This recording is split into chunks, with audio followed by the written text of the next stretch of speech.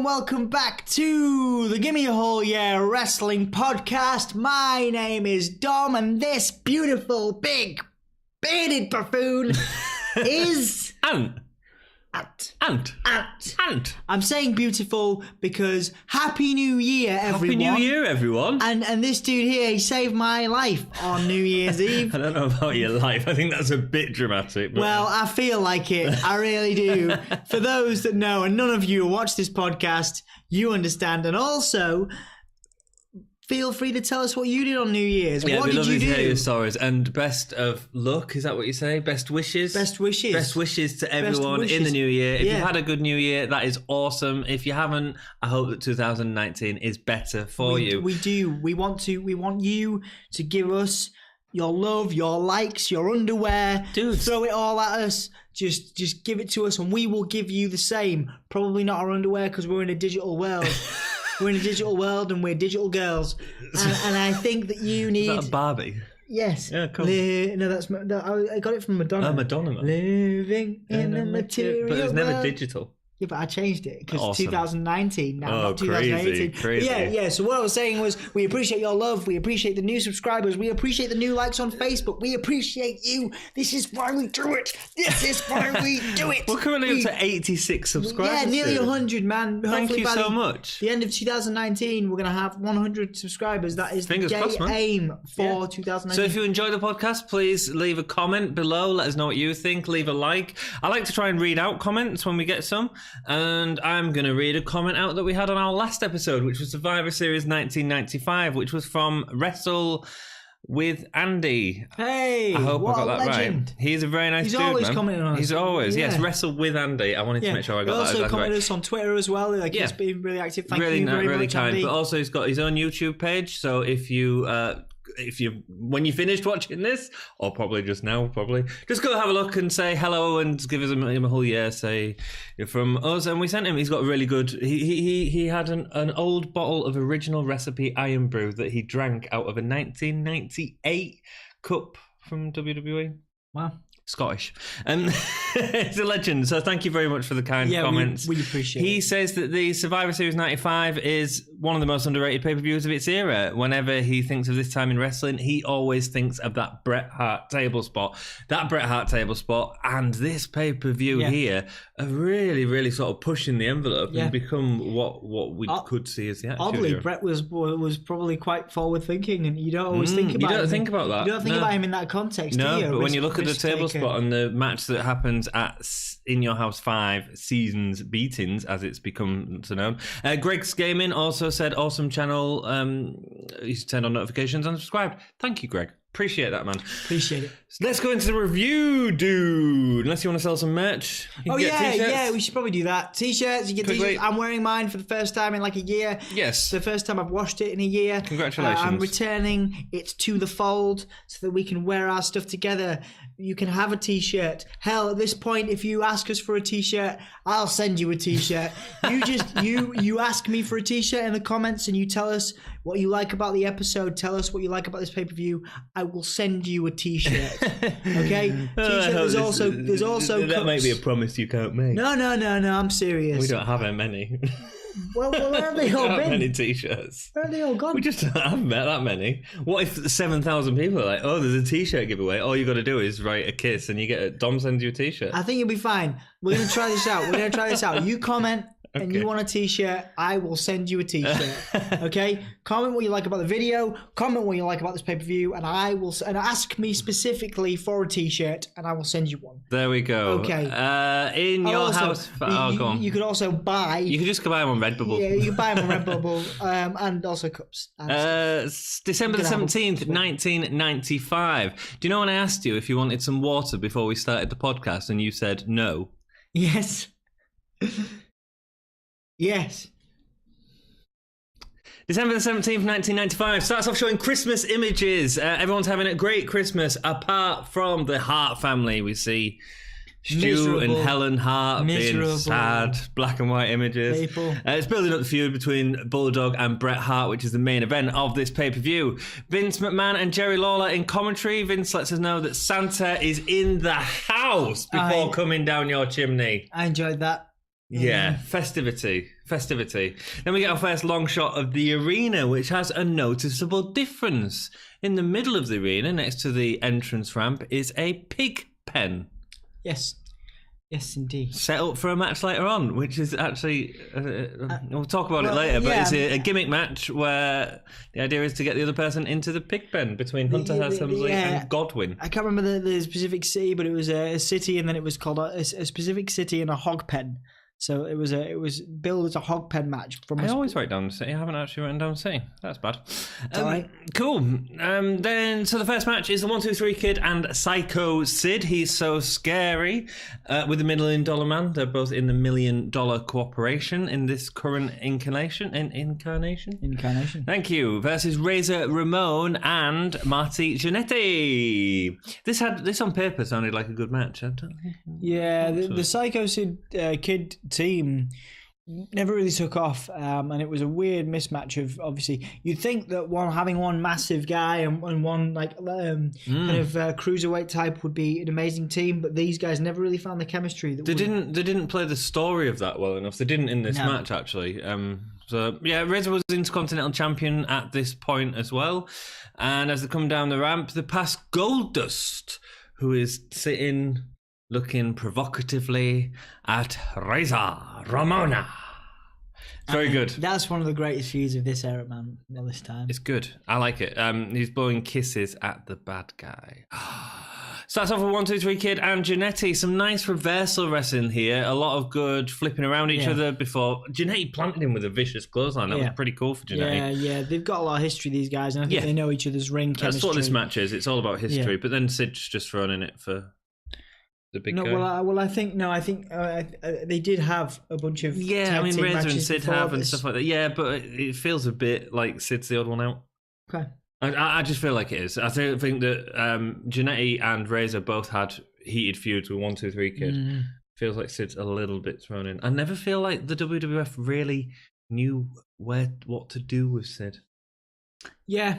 A bit weird, isn't it? I mean, he had a championship run, and I loved his theme music. I thought his theme music was great. His championship run was rubbish. And the whole thing, which I've done to you before, where he's like, I am the master. I know you're doing it again, yeah. All right, calm down, kid. All right, cool.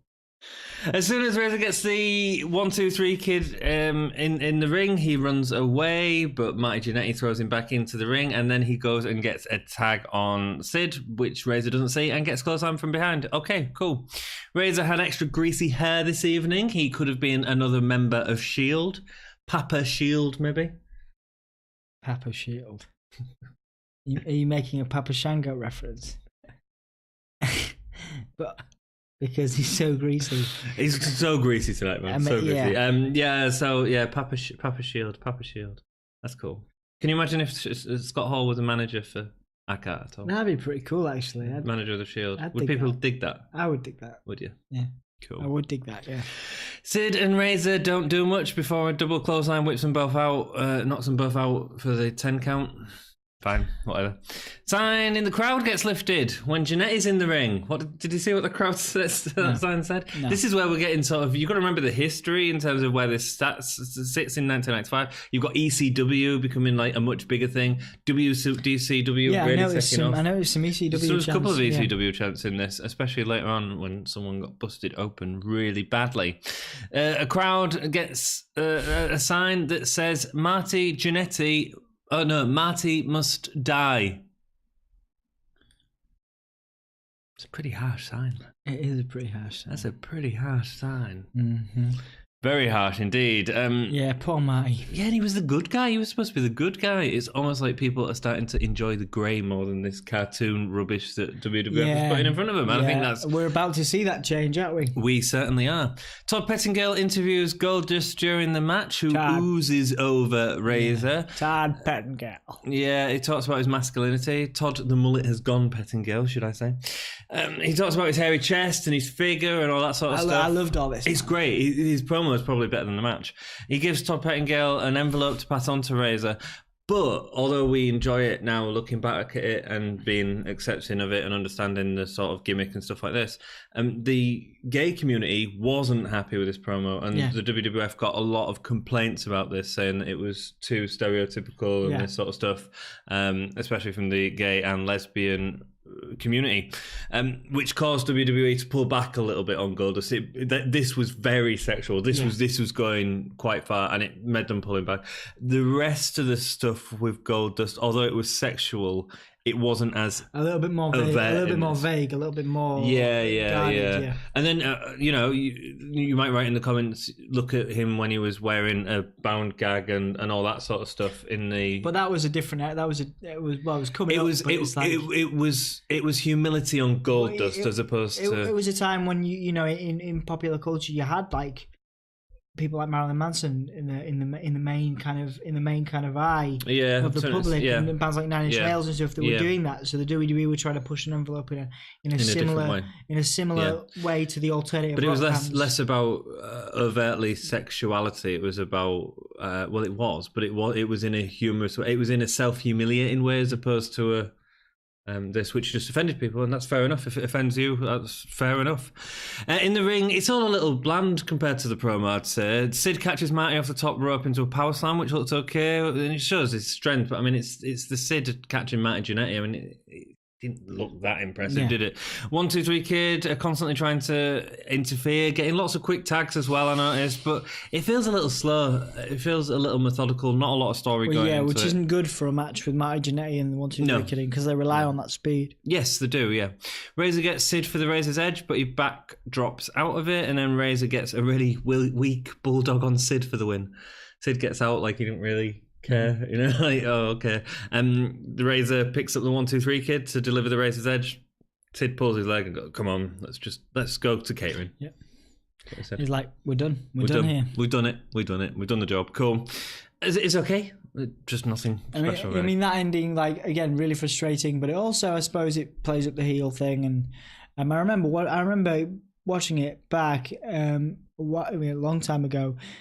Just feeling really gutted because obviously 1, 2, 3 Kid was still a strong favourite of mine at the time, even though he was a bad guy. I just remember thinking, oh man, I just want to see a finish for the match because I also quite like Psycho Sid at this time. Well, you saw the finish of the match. Psycho Sid got pinned. Well, yeah, but I feel like there's an element of chaos to this that just I never really got behind the team.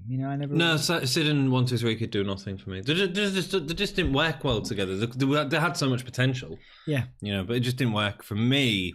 The ring announcer announces the Nature Boy, Buddy Landell, into the ring. But Lawler gets a mic and clears the announcers out. Didn't really get what was going on here. It was all a bit messy, to be honest. And he announces Jeff Jarrett to come down, right? Jeff Jarrett's returning to the WWF in a really sort of weird way to do this talking mic segment.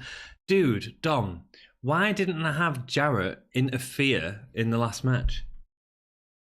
That would have been a much better way to reintroduce him. I don't know, man, but it kind of doesn't clear the space for Goldust to move into the Intercontinental title picture. You can have Jeff Jarrett going on to Jannetty. Mind you, he goes on to... Jannetty's not exactly a money-making feud, though, is he? No, he's not. No, I get that, and I mean, it was, but here's the thing. It would have started something back between him and Razor, I think. Because him and Razor have got so much history. Yeah, but I still prefer to... I would, without question, prefer to see a Goldust Razor feud. Absolutely, but you can have that with Jarrett as well. Yeah. I think what I'm saying is I don't think Jarrett needed to come back. I think he needed some way to come back that's not... And here's who we've got now. Look who's back. Yay. Yeah. Yeah, they do. Yeah, they... It's weird. They do feel like they've just chucked him in. Yeah, well, it did for me. King reveals a gold disc to celebrate 500,000 records sold with My Baby Tonight. JJ talks about his successes in the ring and announces that a new album is coming soon to iTunes, not to iTunes back then, as well as declaring himself the first entrant into the 96 Royal Rumble. I'm really looking forward to the 96 Rumble. We're watching that back. Indeed. So if you are enjoying the podcast, please subscribe and hit that ring bell button, and we will let you know when that's coming out, which will be very soon.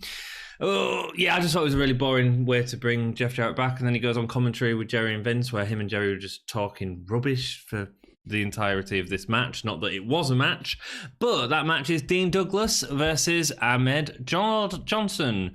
Jordan, I don't know why I keep calling him Jordan. Dean Douglas explains that he has an injured back, and therefore he brings out Buddy Landell. Buddy Landell, not seen him before. If you've ever seen our podcast before, we like to talk about debut wrestlers, and this is a debut for an old wrestler that's been wrestling for many years. Legendary name. He comes down to Ric Flair's music. He comes down with a Ric Flair robe. He has white bleach blonde hair, and it's weird. His robe is better than Dean Douglas's. You know, we talked about how awful Dean Douglas's outfit is. Dean Douglas was like a budget. Yeah, Bobby Roode. Oh man, like really budget. We're talking like party store. Yeah. Oh, dude. Mum's made you an outfit for school budget is what it is. Hey, Dean, love. Yeah. Have your robe? Have you washed it? But to dress you as a bumblebee. What did your mum dress you up as when you was a young boy? Oh man, I was so lucky. My nan used to make me costumes of heroes that I liked. So I had a Wolverine costume. I had a Lion-O from Thundercats. Oh. And my mum used to, so my nan used to make them, and my mum used to give me them. Cool. And I used to dress up as characters that I loved. I once got dressed up as Hook from Peter Pan because we had a pirate theme, and the Hull Daily Mail, which is our local paper, took a photo of us, and they spent ages making this hook out of a piece of chicken wire or something. The paper took our photo, all of us. I had the best outfit by far. Cut me out completely. That does not sound. The hook. That does not sound unlike the Hull Daily Mail. I was debating whether to say anything, but really, guys, if you check it out, you'll understand what I'm saying. Yeah, well, they didn't vote for us to be like top 50 attractive people. Yeah, exactly. So, exactly. You know, I ain't gonna give them no credit. I mean, look at us, man. We missed out on the list. You know, we'd even take a joint entrant, man. We should start a campaign to get us in the most attractive people of Hull. It upsets so many people. It would be wonderful. Buddy Landell. Let's talk. Sorry, we've got an option. Can you imagine if our faces showed up on the man, that'd be hilarious. Oh, wonderful. Buddy Landell, Smoky Mountain Wrestling, who was who he'd wrestled for a long time, as well as the NWA. But Smoky Mountain Wrestling has closed just recently within this time period, and Landell came across with Cornette, and he came to work for WWF on the 5th of December 1995. You hate it when I give boring date facts like that. Nah, man. But that's a very, very important day in WWF history. Very important. You know why? Tell me, Anthony. It's because it's the same day that another superstar signed up with a contract for WWF, which was the Ringmaster, who would later become... I was thinking the Shockmaster, weirdly enough. No. Stone Cold Steve Austin. Oh, of course. So he came into the WWF in the same day that Stone Cold Steve Austin I keep thinking it was Arn Anderson, and I keep thinking him and Stone Cold look alike, but they don't at all. No, I think Austin's in the 96 Rumble, so we'll have a debut on him, and we'll talk about his past. Oh, yeah, he still has his head of hair then, doesn't he? Yeah, man, there's the Ringmaster, yeah. So... back to Landell. He had a feud with Ric Flair over who the real Nature Boy was. This was about 10 years prior to coming into the WWF at this point. It was a battle of the Nature Boys. No points for guessing who won that feud. But he sort of carried on with the gimmick. It worked. People knew him as the guy that was the Ric Flair pretend person. He was trying to build up heat with it and stuff like that. It's fair enough. He tried to reignite the feud in 1990, but due to his personal issues, the story was dropped. He struggled his entire life with drug addiction throughout his personal life, and also had difficulties with the IRS. He's passed away now, but he did, after being a wrestler, have an active career in the police force, in the police reserves, which is pretty neat. There you go. So there we go. So into the match. Ahmed confronts Dean Douglas, but Buddy Landell starts chopping Ahmed. Ahmed sells nothing. Yeah. He's just trying to be. He's trying to be like. He's like the Bobby Lashley of this day. He is. And I don't mean that for any other reason than he just sells. Bobby Lashley sells. He's got the same physique. He's got the same physique. I know it's not that he's selling terribly. It's just a squash match. It's all it is. I mean, he's just giving shots. Ahmed never really sold great, and neither does Bobby Lashley. No, I can agree with that. Actually, he quickly lifts Buddy onto the turnbuckle and slams him off before he gets the Pearl River plunge for the win. Yeah, it's way better than that clothesline that he did at the last pay-per-view. Yeah. Yes. Lawler goes to interview Ahmed, who says he wasn't impressed, and neither was Double J. JJ. Ahmed grabs the mic and calls JJ an achy breaky fake. Or maybe even achy breaky fakey, it might have been. Crazy. And whilst having a go at him, he's talking to Lawler. JJ attacks him from behind with the gold disc that he's been given earlier on. Headshot. Boom. It's hard, man, because we're getting into this era where we're going to see a lot of headshots, and it's really difficult to watch these days because we know the damage that it causes, with concussion. And they didn't even think about that back then. But no, of course, we're going to see a lot of names that that people don't mention these days. In fact, coming up.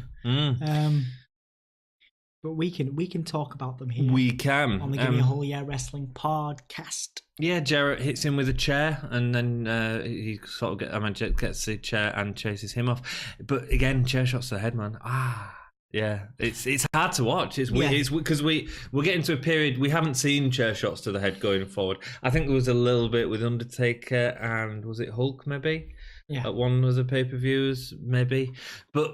We're back into that era, and there's going to be a lot of it coming up. So stick with us as we cringe at the era that's coming up. We're about to get a little bit more hardcore. We are. Eventually, Ahmed stops selling for him and chases Jarrett out of the ring. Todd the Mullet Pettingale interviews Razor, who is fighting Yokozuna tomorrow night on Raw, and hands him the envelope from Goldust. Razor looks at it and reads it in a really weird acting here.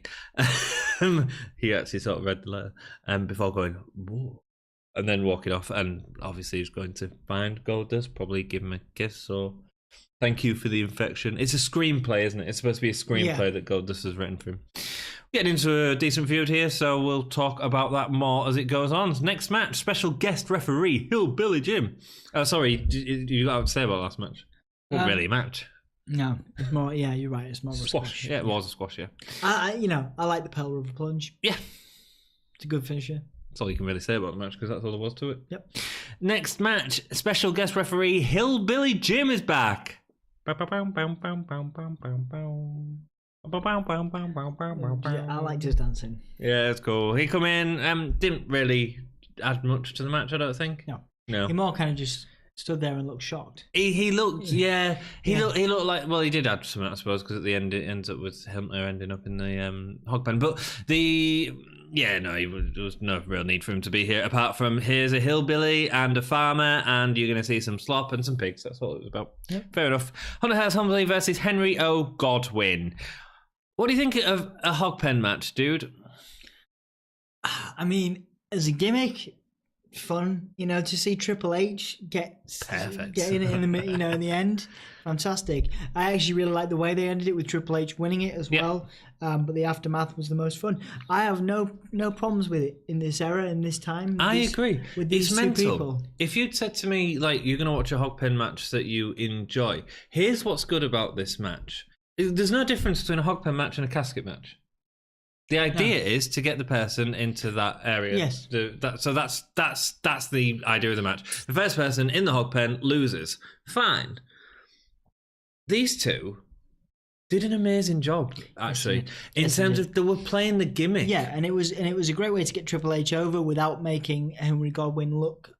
The match bad was great. In his element. Really good work. Yeah, obviously Godwin's meant to be in his element, and he still looked strong at the end. He did, yeah. Power slams. He's power slamming Triple H. It's a bit like the Undertaker losing a casket match. You go, oh, that shouldn't have happened, but that's good. That's good storytelling. It helps get Hunter over.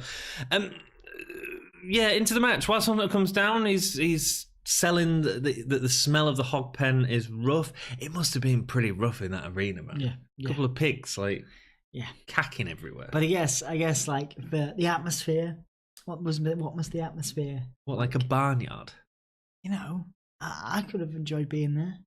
It'd been all right. Do you like barnyards? Depends. Okay. At the start of the match, Godwin goes to slop Hunter, but he pulls a ring official in the way, leading to the ring official getting slopped. The slop was actually that good, and the spot was that good. We get a replay of this random guy getting hit with slop. And it worked, man, because it was Hunter pulling him into the way and blah, blah, blah. Early on in the match, Hunter has his arm locked around the ropes whilst Godwin slaps a handful of slop in his face. He's got, like, cabbage hanging on his lip. It's funny, man. It's rough.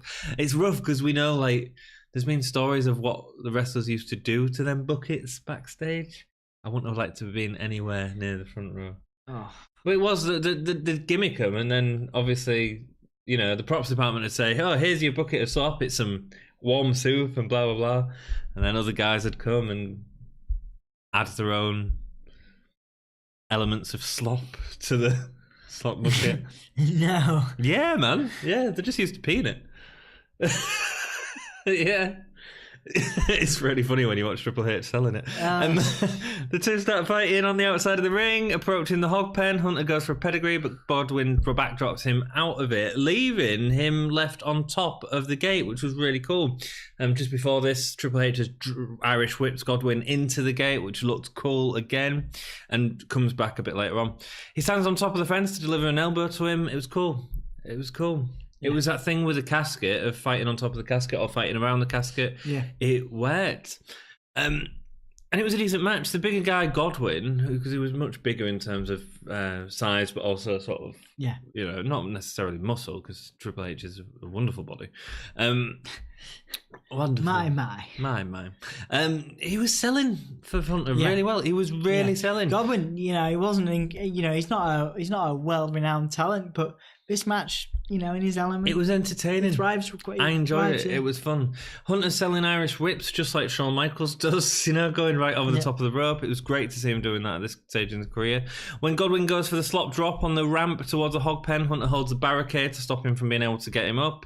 A vicious Irish whip into the steel gate of the Hogpen ends up opening Hunter's back. Yeah. Lots of blood pouring out of it quite early. It looked like a really nasty injury. Yeah. It's one of them like welt injuries that just starts bleeding straight away. When Godwin goes for a clothesline as Hunter is backed up against the fence, Hunter manages to move out the way and drop Godwin into the slop. Which is a nice, you know, again, Hunter wins, good way to put him over. Yeah. Looks good as well. The backdrop was done really well. Whenever someone beats an Undertaker match at one of these gimmick matches, it works. You know, when someone beats him at Hell in a Cell, even I think he's lost more matches in Hell in a Cell than anyone else, hasn't he? Or is that Foley? But it probably is, you know. He's definitely up there. Yeah. But that's because he has Hell in a Cell matches all the time. But yeah, that when someone can beat you at your own gimmick, it really puts the other guy over. Yeah, so when Godwin goes into the slop, he sort of falls over. It's a really good job no pigs were in the way, man. Yeah. I mean, I don't know if they had safety things in there, but I didn't see any. I don't know if someone was holding the pigs, but can you imagine, like, animal rights on WWF? Like, if he'd landed on a pig? I imagine that there was somebody there. Yeah, maybe not. The lads will have had hot dogs on that night. Do you know, guys? Was there anybody there holding those pigs? I don't think there was. It was all at one side, but I think they were afraid of the... Yeah. I don't know. I didn't see it. It's an odd one. They certainly were, because I originally thought they were tied to the thing, so they couldn't have gone that far. Mm-hmm. But then later on, Godwin like runs around them all and they all move, so they couldn't have been. Weird. When Hillbilly raises Hunter's hand for the win, they get into an altercation. Hunter pushes him off, leading to him being close enough for Godwin to deliver a press slam of Hunter into the pig pen. He lands in his front. Nice moment. Hillbilly Jim's dancing around.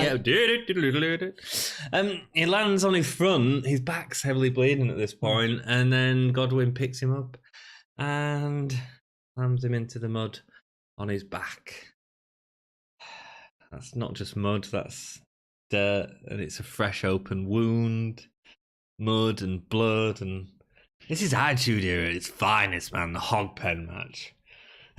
We're never going to see anything more extreme. Yeah, but it's like infection. Jeez. Triple H. What do you think about these things? Well, I do, man. I watched this like back at the time. I'd be like, oh yeah, but now I'm like, now you're like, ooh. Yes, get that man some antiseptic. Triple H slips up multiple times, trying to get out, overselling the heck out of it. It's great. It's just your Vicky Guerrero falling out of the thing with Stephanie McMahon. It's just that. It's all over again, but it's funny. It's a good match. It is a good match. It's not an amazing match. It's not a 5-star match. It's a good match, and it's entertaining. Good match between two top mid-carders. And Godwin was a mid-card player at this point, and like I say, made both of them look strong. It did. Next up, we have a video package of the Diesel Bret feud and Nash's heel turn. Well, sort of tweener, isn't he? Yeah, sort of tweener, grey area. After a match with Shawn Michaels and Owen Hart, where Shawn was knocked out in an injury angle when he was fighting with him, Diesel agreed to the match with Owen Hart tonight. The shades of grey, tweener sort of Nash is what we end up seeing in WCW, isn't it? And it really works. I think it works more in WCW than it does here. Yes, I agree, but the character had more time to form in WCW. Like he'd formed it and then went as a bad bottom straight to WCW, as opposed to this where he's sort of figuring it out. Yeah. But it's way better. It's way better than his entire face run with a belt. Yeah. It's weird. And even in ring, he seems better. It's mental. Owen Hart versus Diesel is next, and after that title run, suddenly Diesel feels like a heavy hitter again. Yeah. Like some rubbish matches. He's slamming Owen at every opportunity. We talked about him and Sid, who was just there was one person left the feet at one part of the match. It's weird. He chases Owen down when he tries to escape, constantly on top of him. That constant using his power to go on top of him. Why can't he be like this as a babyface, dude? I don't know. I think it exerts his dominance here. Yeah, he does. Yeah, and it's probably the best thing I've seen from him in a long time. I don't know if it's as good as the Bret Diesel match, because that was classic. I agree that in terms of character, it's by far the best. Although Owen gets a tiny bit of offense, it's all Diesel. It's basically a squash match with a tiny bit of offense from Owen.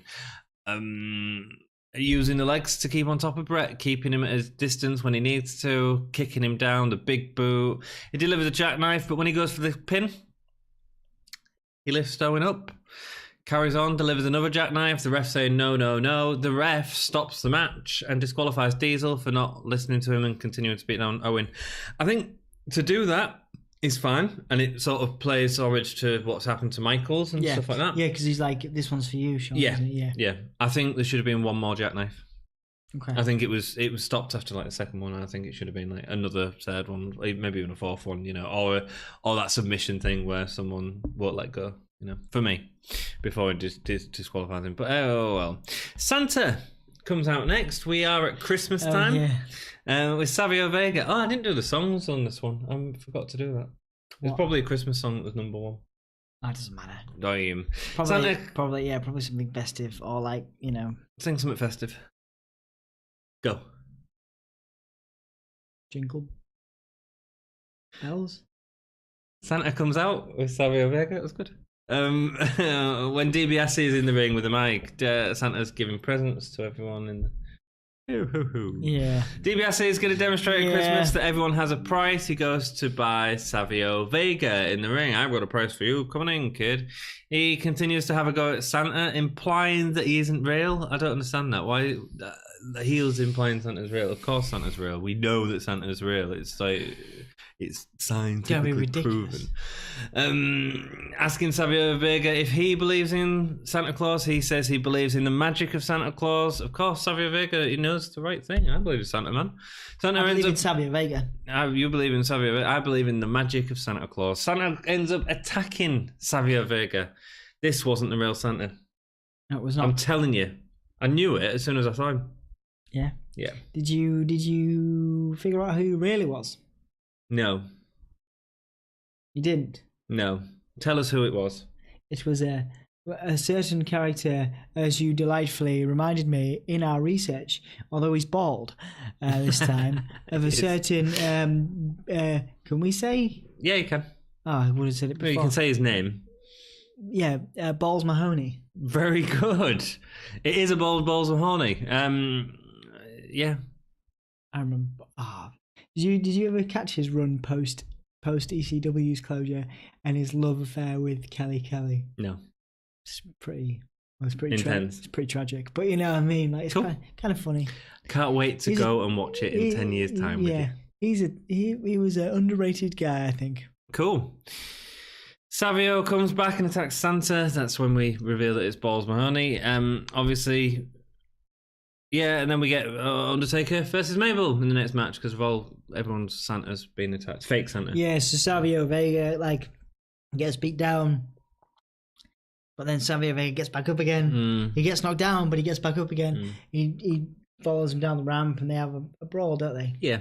We had Santa at this year's Raw as well. Raw was shown on Christmas Eve. Wasn't it? It was Rhino. Yeah. He only came and gone. He came and God, someone for Heath Slater. Yeah. That was nice of him, wasn't it?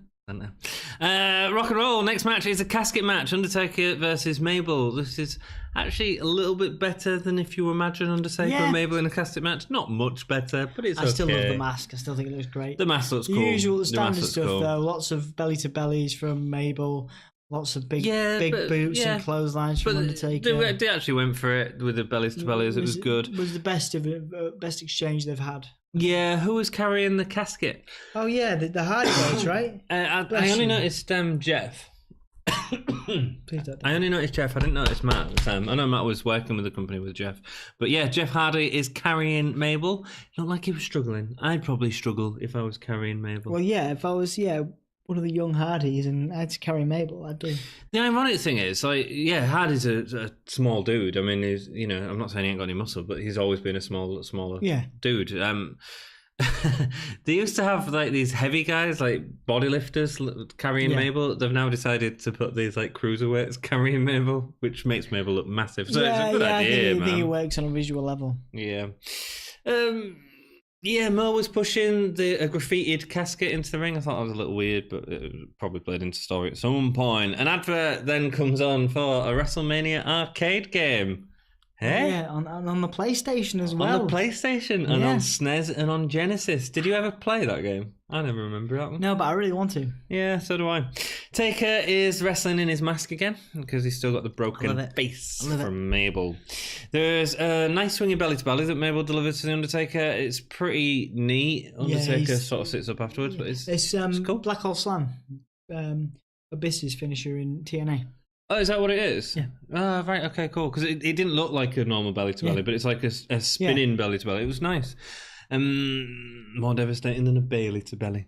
What isn't? Mabel misses a splash off the second rope, but Taker sits up just in time. Mabel delivers another belly to belly and multiple splashes to the point where Undertaker tries to sit up and he can't. It was cool. Nice moment. I don't think we don't see that very often. You don't see it very often. Well, they normally save it and he just lays there until he sits up.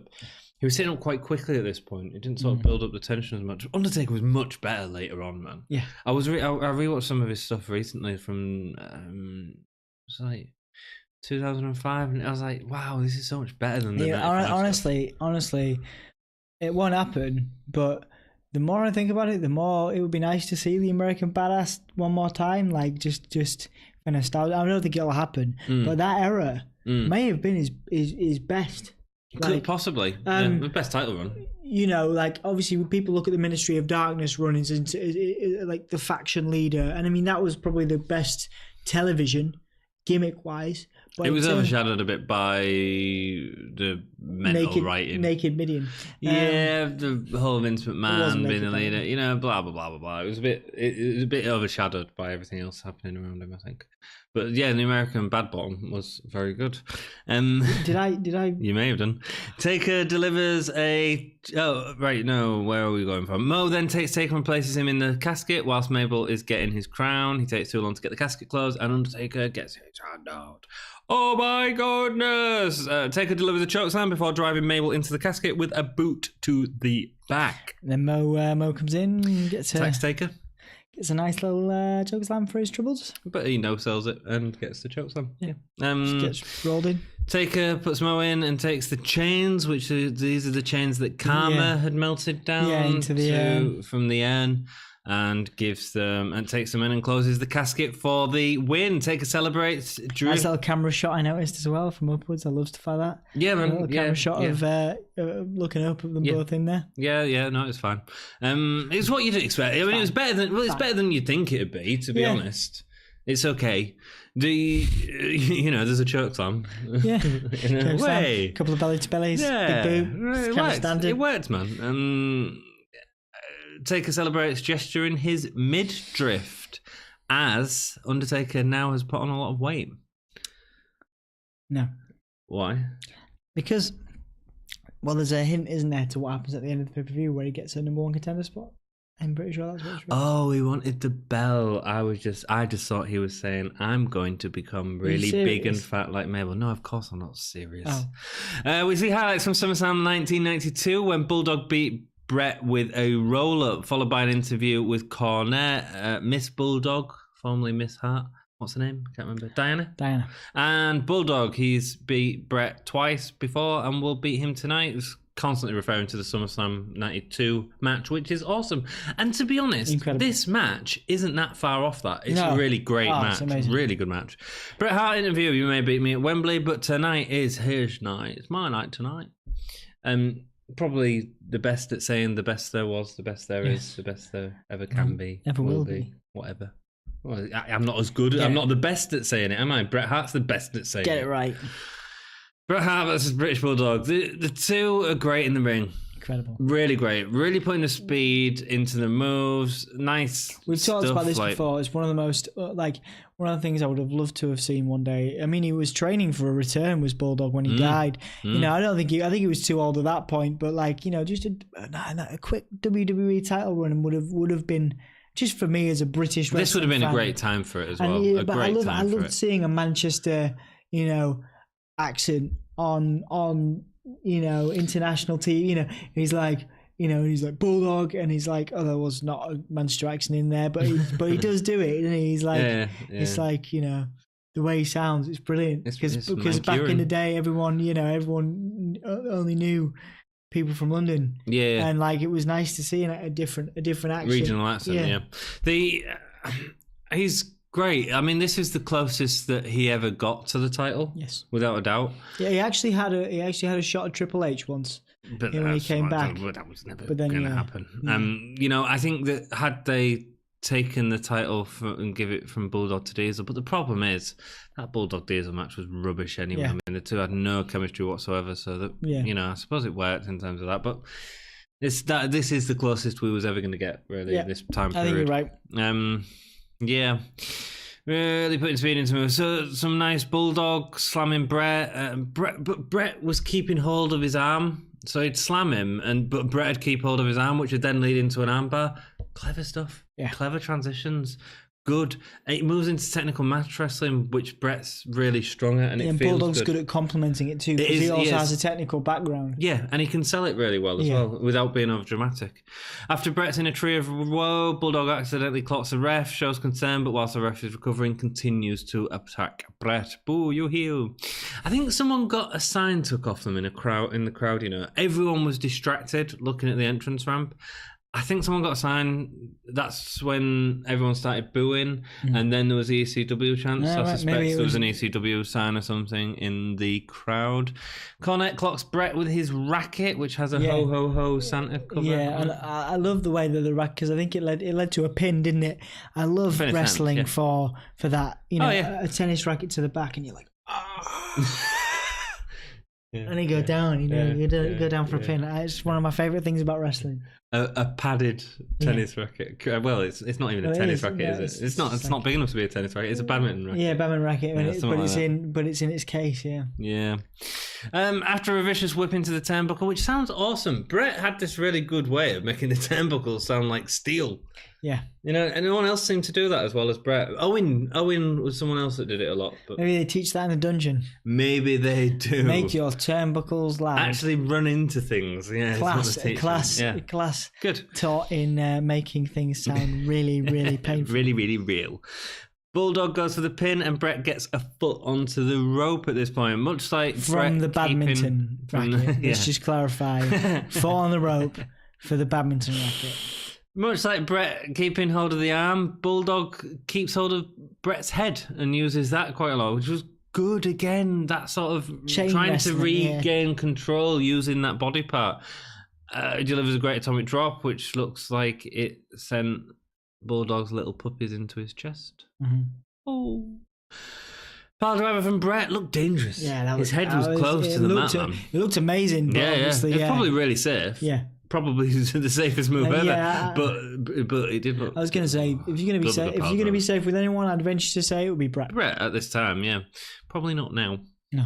Probably won't let Bret power drive me now. Dave reverses a suplex off the top rope to punish Bret Hart's little man. He gets hung. That was a nice spot. Top rope. It is nice. Like and then he falls, collapses to the floor. Ouch. Bret gets his head driven into the steps on the outside, which we think busts Bret open. Yes, there is a. I didn't really research. We need to research that. There is a moment here. Yeah, guys, we'll leave it to the listeners, audience. Can you guys let us know? Was there a blade job in this? Because it must be. He was down on the mat for a while, but actually it looked a bit severe to be a blade job to me. Yeah. It's a severe bleed in this match. It's great. Again, this is what we're talking about. Like Bret's given us this awesome table spot, which had become staple in WWE up to this day. But also this sort of level of blood is also going to start filtering in a lot into WWF, you know?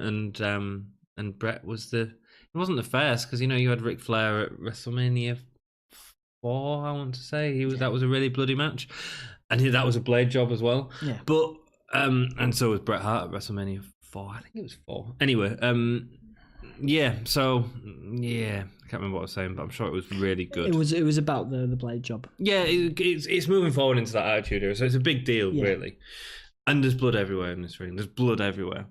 Vince seemed to be directing things from commentary. There was one point where he says, "We don't need to see any close-ups," which is basically him giving a code back to his cameramen for backstage to gorilla position. We don't want to see any close-ups of it. It's too violent. Blah blah blah.